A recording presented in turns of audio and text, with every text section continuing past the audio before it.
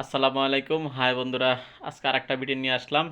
তো ভিডিওটা হলো আমরা প্রবাসীরা আমরা প্রবাসীরা আসলে মিথ্যা সত্যকে আমরা মিথ্যা বলি।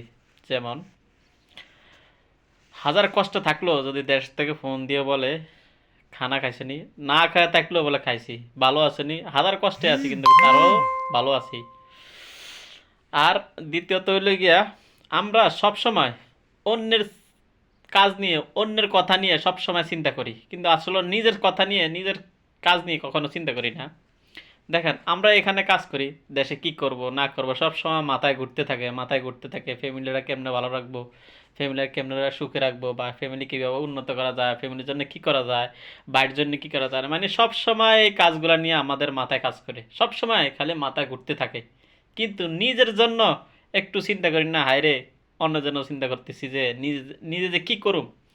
বা দেখা গেছে প্রবাসে আজ আছি কাল নাই, কাল গিয়ে দেশে যে নিজে যে কী করুম, নিজের জন্য কী করছি, এই চিন্তাটা আমরা করি না।